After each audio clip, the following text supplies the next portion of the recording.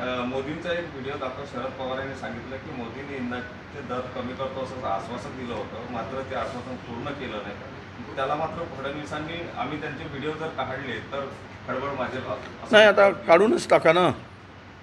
10 वर्षातले व्हिडिओ तुमचेही काढा आणि त्यांचेही काढा. दूध का दूध पाणी का पाणी होऊ द्या.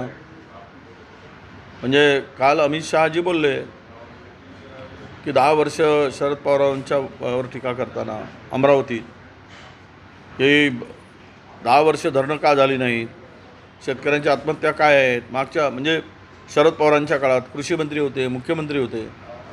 आता तोच प्रश्न तुम्हाला विचारला, लोकांना फसवून तुम्ही आलात. तुम्ही 10 वर्ष काय केलं? तुम्ही 10 वर्ष कोणते धरणं पूर्ण केली?